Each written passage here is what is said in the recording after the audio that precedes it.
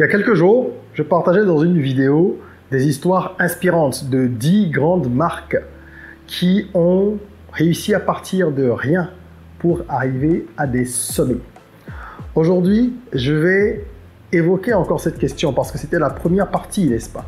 Et j'avais promis une deuxième partie. Aujourd'hui, nous allons voir 5 nouvelles marques. D'accord? 5 grandes entreprises pour compléter la première liste. Et le but de ces vidéos que je fais, c'est de vous inspirer, de vous montrer que on n'a pas besoin d'avoir 100 millions pour démarrer, on n'a pas besoin d'avoir même 10 millions de francs CFA, on n'a pas besoin d'avoir des milliers d'euros. On peut démarrer avec ce qu'on a. Si on a beaucoup de moyens, c'est cool. Si on a un peu moins de moyens, c'est pas grave. Si on a très peu de moyens, c'est encore moins grave. Parce que toutes ces grosses boîtes que j'évoque dans ces vidéos, elles sont parties vraiment de 3 fois rien pour arriver à des niveaux extraordinaires. Comment est-ce possible? On va donc évoquer les parcours brièvement et surtout, je vais vous demander d'être attentif parce qu'il y a des points communs entre ces entreprises. Et ces points communs-là, ce sont des leçons que nous devons donc nous intégrer, assimiler et qui doivent nous porter dans nos velléités entrepreneuriales. Prenez de quoi noter, on en parle tout de suite. Je suis Régis Sezin, entrepreneur multipotentiel, conférencier, formateur et artiste. Je partage avec vous sur cette chaîne du contenu propulsif pour vous aider à rêver, oser et créer. Hello les rocks, j'espère que vous êtes solides. Moi je suis en parfaite forme et je suis plein de gratitude envers l'univers. Bienvenue sur cette chaîne. Si tu es là pour la première fois, welcome on board. Ici on rêve, on ose, on crée, ROC, 3 lettres. Soyons rock, c'est donc notre mantra. Les sujets abordés ici sont multiples, mais les thématiques sont, on va dire, principalement les suivantes. On parle de développement personnel, d'entrepreneuriat, de business, d'éducation financière et d'éveil également de l'Afrique. Parce que qui dit développement personnel dit éveil. Il faut que le mindset change pour que nous puissions faire décoller notre continent en bénéficiant de tout ce qu'il a à nous offrir également. Alors bienvenue sur cette chaîne, abonne-toi, active la cloche de notification. Et si tu es déjà membre de la communauté, je te dis merci parce que c'est grâce à toi que cette chaîne est en train de grandir tout doucement. Et merci d'appartenir au mouvement ROC, le mouvement de ceux qui rêvent, qui osent et qui créent. Nous allons progressivement transformer ce continent grâce à notre mentalité, grâce à notre énergie, grâce à cette philosophie-là. Voilà. Alors, aujourd'hui, on parle business.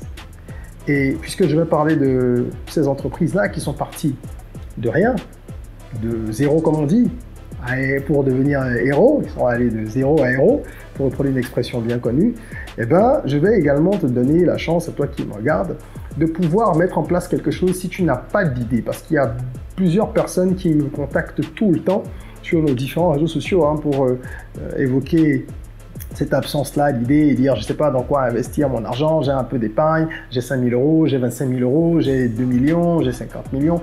Vraiment, on a des messages de personnes avec tout type de budget qui n'ont pas d'idée de business. Moi, je partage sur cette chaîne des idées de business régulièrement, mais peut-être que les gens ne suivent pas toutes les vidéos. Voilà pourquoi nous avons sélectionné parmi les idées que l'on propose ici, assez souvent on a sélectionné 20 business.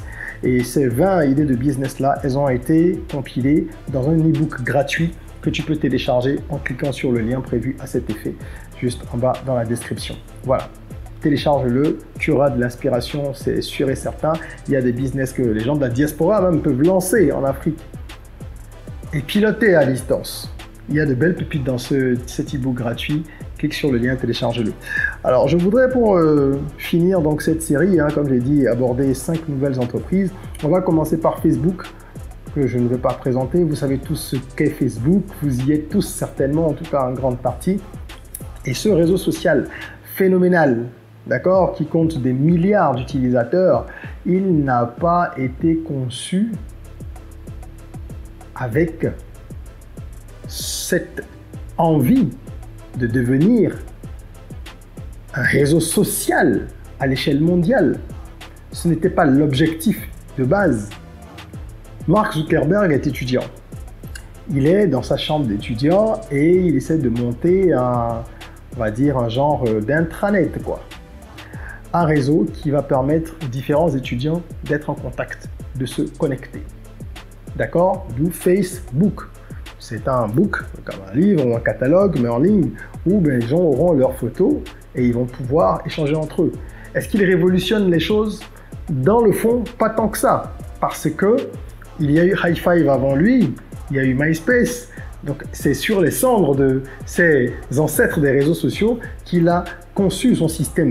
Et quand je dis qu'il l'a conçu, permettez-moi de dire qu'il n'était pas à la manœuvre tout seul, parce que vous le savez certainement pour ceux qui ont lu l'histoire, regardé le film qui se documente, ben, il avait des associés qu'il a réussi à évincer un peu plus tard. Ça, ce sont les batailles juridiques, c'est le business, ok? Parce que Zuckerberg, ce n'est pas non plus un génie en code, hein. Si vous avez regardé la série Suits, qui est une série où on voit deux avocats, donc l'un étant le mentor de l'autre, évoluer, qui est une série à succès, ben, il y a un épisode, je crois, dans la saison 1, sur lequel j'étais tombé comme ça, où il y avait une blague un petit peu, je ne sais plus comment c'était dit exactement, mais je paraphrase, il y a un développeur qui disait « Mais non, ne me compare pas à Zuckerberg parce qu'il ne peut même pas coder dans une classe de maternelle. » Bon, c'était une blague un peu acerbe, mais pour dire que ce n'est pas non plus le plus grand codeur qui soit, quoi. C'est pas le plus grand développeur, c'est pas non plus un génie dans ce domaine-là. Par contre, c'est un visionnaire. Et ça, c'est ce qui compte. Vous n'avez pas besoin d'être techniquement le meilleur, vous avez besoin d'avoir la vision. Donc, ce qui était à la base un petit réseau entre étudiants conçu dans une chambre d'étudiants est devenu quoi? Dans un studio. C'est devenu quoi? Ben, le plus grand réseau social du monde. Meta est une société qui est plus puissante que de nombreux États. Vous savez, les GAFA et compagnie sont beaucoup plus puissants que des États entiers, en raison du nombre d'employés qu'ils ont, des taxes, même s'ils arrivent à échapper à beaucoup de choses, mais du poids économique qu'ils ont, surtout, et ben, leur importance est cruciale. Donc vous pouvez avoir une idée, créer une application, une entreprise, un logiciel, un site web tout petit aujourd'hui qui deviendra grand demain. Comment ça se passe? Eh bien, c'est la vision, ce sont les moves stratégiques. Comment est-ce que je crois? À quel moment je comprends que en fait, ce que j'apporte, c'est une solution qui est bien plus puissante que ce que j'entrevoyais? Comment est-ce que je bifurque? Comment je fais ci? Comment je fais ça? Et comment je grandis? Parce que d'autres personnes avec de très bonnes idées n'ont jamais pu avancer. D'accord? Donc, ce n'est pas que l'idée qui compte. L'idée, c'est une bonne base. Facebook est donc une preuve de ce que l'on peut commencer avec pas grand-chose, avec sa tête un ordinateur, et en arriver à être une des compagnies, des sociétés, une des entreprises les plus puissantes du monde. Deuxième cas que nous allons voir aujourd'hui, Zara. Vous connaissez probablement Zara, qui est une très très grande marque, ok, de vêtements prêt-à-porter, on va dire entrée de gamme, hein, abordable, qui se retrouve partout dans le monde, avec des points de vente à n'en plus finir. Et bien ça a commencé très très simplement et sobrement. Amancio Ortega, qui est le fondateur, un Espagnol, il ouvre la première boutique en 1975. Mais avant d'ouvrir cette boutique-là, il avait déjà un atelier de couture, donc du dressmaking, depuis 1963, je pense, donc début des années 60. Et progressivement, il a fait avancer un petit peu les choses pour ouvrir Zara. Donc c'est une vision qu'il avait, mais il a commencé tout doucement avec l'atelier de dressmaking parce que certainement c'était plus facile, c'était plus simple, en tout cas c'était à sa portée pour différentes raisons. Et il a commencé comme ça. 12 ans plus tard, il crée Zara, première boutique.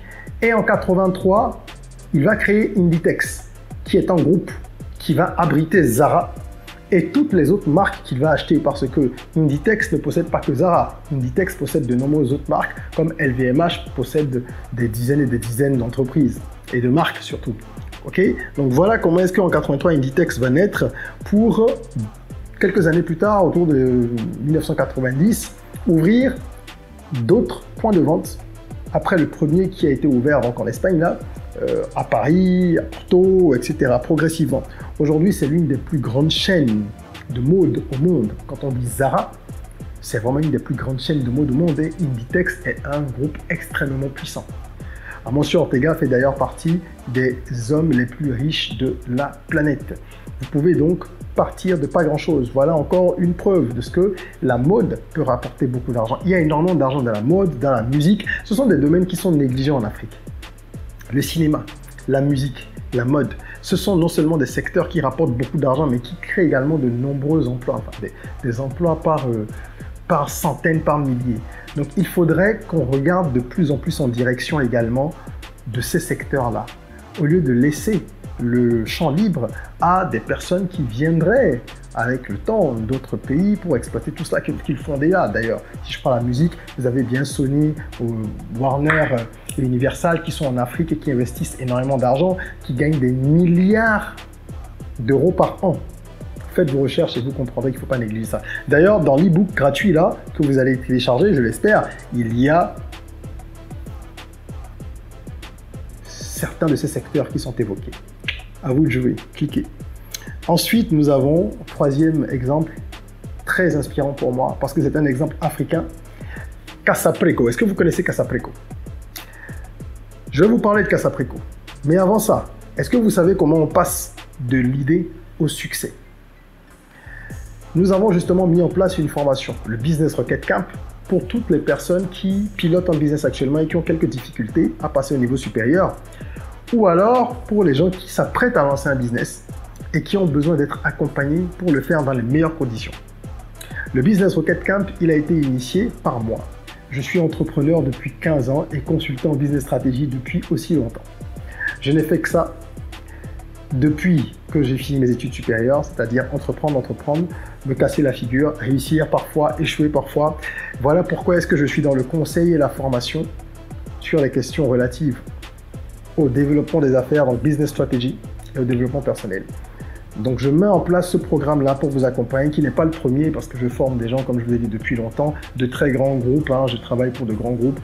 Vous verrez les références sur mon site web, pour des organisations internationales, pour des entreprises d'envergure plus modeste aussi. Et parce qu'on a beaucoup de demandes de personnes qui veulent être accompagnées, qui ne peuvent pas forcément souscrire à nos formules d'accompagnement individuelles, qui sont parfois peut-être à des coûts élevés pour certains, nous avons donc mis en place ce programme-là qui va permettre pendant 4 semaines de vous accompagner. Ces 4 semaines pendant lesquelles nous allons aborder 10 domaines de compétences essentiels pour tout entrepreneur, qu'il s'agisse de la fiscalité, de la finance, des RH, du management, de la stratégie commerciale, tout ce qui a trait à la croissance, etc. avec différents experts et différents, on va dire aussi, canaux d'apprentissage. Parce qu'il y a des webinaires, des masterclass, des séances de coaching individualisées aussi pour personnaliser l'expérience et vous accompagner vraiment être au plus près de vos besoins et vous aider à développer votre business en mettant aussi à votre disposition des outils pratiques. Donc, c'est vraiment pas le genre de camp ou de formation où on vient blablater uniquement, il n'y a pas que de la théorie. Non, nous avons de la pratique. On veut vraiment vous aider à avoir des résultats concrets. Donc, vous pouvez cliquer sur le lien à cet effet, le Business Rocket Camp, dans la description et vous inscrire parce que les places sont limitées. Ce n'est pas un effectif pléthorique qui va participer à cette formation, non. On veut pouvoir suivre chacun véritablement et aller vers la croissance ensemble. Voilà ce que je voulais partager avec vous avant d'aborder le cas de Casapreco. Casapreco, c'est une marque ghanéenne et c'est une marque inspirante parce que le fondateur a lancé tout ça dans son garage. Kwabena Adjei, il s'appelle. Kwabena Adjei, il lance tout ça dans son garage à la fin des années 80, donc 1989, et il décide en fait de concevoir, de mettre en place une marque où il va pouvoir proposer des boissons alcoolisées, mais à base d'herbes. Ce qui à l'époque est une révolution. Parce que aujourd'hui, vous trouvez peut-être beaucoup de liqueurs, on va dire, bien présentées, bien packagées, qui sont faites à base de plantes, comme dans notre tradition. Mais à l'époque, il n'y en avait pas beaucoup. Alors, ce qu'il a fait, c'est qu'il est allé chercher justement le modèle de la tradition, où nous avons toujours plein de remèdes de liqueurs avec telle et telle plante, puisque ça fait partie du savoir ancestral africain. Et il a ramené ça dans un contexte industriel. Il n'a pas commencé par une grosse industrie, je vous ai dit, il a commencé dans son garage avec 5 personnes. Et quand on dit 5 personnes, c'est des gens qui l'aidaient, c'est des petites mains, certainement, qui l'aidaient, d'accord, des ouvriers à pouvoir faire les premières bouteilles, les premiers produits qui ont été mis sur le marché. Aujourd'hui, Casapreco, c'est des milliers d'employés. Et Kwabena Adjei, il pèse 400 millions de dollars, s'il vous plaît. 400 millions de dollars. Il est parvenu à cet exploit en 30 ans. Avec beaucoup de travail, d'abnégation et de foi aussi. C'est un des leaders du secteur des boissons en Afrique parce que les boissons Casapreco sont vendues partout. C'est pas qu'au Ghana, on en retrouve partout sur le continent. Et elles ont une vraie réputation. c'est l'authenticité africaine qui a été mise en bouteille et il a vraiment ouvert la voie à beaucoup d'autres personnes qui se sont engouffrées après dans ce secteur-là, ce qui est tout à fait normal. Les pionniers, c'est un peu leur rôle. Je l'ai moi-même expérimenté lorsque j'ai modernisé les snacks traditionnels africains avec la marque Daelian, qui a connu énormément de succès. Et ensuite, il y a beaucoup de gens qui sont arrivés sur le nouveau marché qu'on a créé. C'est comme ça que ça se passe. Donc, vous devez avoir un coup d'avance, ou savoir comment bifurquer, ou passer à autre chose, ou vendre au bon moment, etc. Ensuite, quatrième exemple de cette série de 5, Amazon, que vous connaissez également, avec Jeff Bezos qui, au départ, ne faisait rien d'autre que vendre des livres. Je dis ne faisait rien d'autre que, mais c'était déjà assez révolutionnaire à l'époque parce qu'il vendait des bouquins. On est dans les années 90 et il crée cette plateforme-là qui permet en fait à des internautes de commander des livres en ligne. Aujourd'hui, c'est banal. Vous vous dites, oui, mais ça n'a rien d'extraordinaire. Eh bien si, à l'époque, c'était extraordinaire. Comme le téléphone portable était extraordinaire au milieu des années 90. C'est exactement ça. Il faut toujours remettre les choses dans leur contexte. Donc, Jeff Bezos, il crée cette plateforme-là et progressivement, il va commencer à vendre d'autres produits. Il se rend compte du potentiel et globalement, il devient une grosse plateforme de logistique aussi parce que globalement, ce que lui permet, c'est déjà à des personnes qui sont à un endroit donné de vendre leurs produits à d'autres personnes. Lui, il apporte la plateforme qui va centraliser les choses, sécuriser les transactions, etc., superviser, et il va devenir tout doucement la plus grande plateforme. Enfin, Amazon va devenir la plus grande plateforme de commerce électronique au monde. C'est l'entreprise numéro 1, il n'y a pas de concurrent. Et Amazon, aujourd'hui, c'est une capitalisation boursière de 1800 milliards de dollars avec plus de 1,5 million d'employés. Donc oui, il est parti de son garage avec peu de choses. Les gens critiquent beaucoup Amazon pour les conditions de travail des salariés, ceci, cela. Regardez d'où le mec est parti, regardez ce qu'il a accompli, regardez le nombre de personnes qu'il emploie. Il faut comprendre que quand les gens ont bâti ce genre d'empire, on doit, quoi qu'il arrive, leur témoigner du respect. Parce que quelqu'un qui emploie 1,5 million de personnes, je veux dire, c'est la population de certains pays. Vous voyez un peu, voilà. On termine par le 5e exemple, qui est celui d'Alibaba, qui est un concurrent d'Amazon. C'est le versant asiatique, mais l'envergure n'est pas asiatique, hein, c'est un géant. C'est une plateforme mondiale, Alibaba. Et cette histoire est très belle aussi, parce qu'elle montre comment on peut partir encore une fois de rien. Jack Ma, qui lance ce business-là à la fin des années 90, dans son appartement, avec 17 autres personnes, dont des étudiants à lui et des amis, il révolutionne complètement le commerce électronique, surtout au niveau de la Chine, parce que il a voulu en fait exploiter le potentiel d'Internet. Il était sidéré par Internet, qu'il avait découvert lors d'un voyage aux États-Unis quelques années plus tôt, et il voulait absolument, Internet c'était vraiment la révolution, il voulait utiliser ce nouveau mode de communication. Donc il était vraiment sidéré par ça, mais c'est pas quelqu'un qui en savait beaucoup sur l'informatique ou sur le coding. C'était pas du tout un spécialiste. Mais il savait qu'avec Internet, on pouvait faire quelque chose. Encore une fois, c'est la preuve que vous n'avez pas besoin d'être un spécialiste d'un domaine précis pour opérer dans ce domaine et entreprendre. Vous pouvez apprendre au fur et à mesure. Vous allez apprendre et vous ne deviendrez pas, malgré ça, le numéro 1 ou le spécialiste. Vous n'avez pas besoin de ça. Ce qui compte, c'est que vous puissiez embaucher les meilleures personnes pour vous aider à réaliser votre rêve. Les meilleures personnes qui vont vous amener vers votre vision. On embauche des gens pour que ces personnes-là, en fait, nous disent comment avancer vers notre vision, pas pour leur dire ce qu'il y a à faire. Beaucoup d'entrepreneurs sont dans une sorte de complexe. Ils pensent qu'ils doivent être les plus forts dans tous les domaines. Quand ils parlent avec leurs collaborateurs, ça n'a rien à voir. C'est ridicule. Laissez chacun faire son job. Embauchez les bonnes personnes qui vont vous permettre d'atteindre votre objectif final. Aujourd'hui, Alibaba emploie plus de 250 000 personnes, pardon. C'est énorme, n'est-ce pas? Et c'est un chiffre d'affaires annuel qui dépasse les 120 milliards de dollars. Alors là, on est vraiment dans la stratosphère. Hein. Vous voyez les chiffres que je suis en train d'évoquer. Bon, ce sont des géants mondiaux. Mais j'ai fait exprès de choisir justement ces entreprises-là pour vous montrer qu'on peut partir de rien. Jack Ma est parti de rien. Zuckerberg est parti de rien. Kwabena Adjei est parti de rien. Jeff Bezos est parti de rien.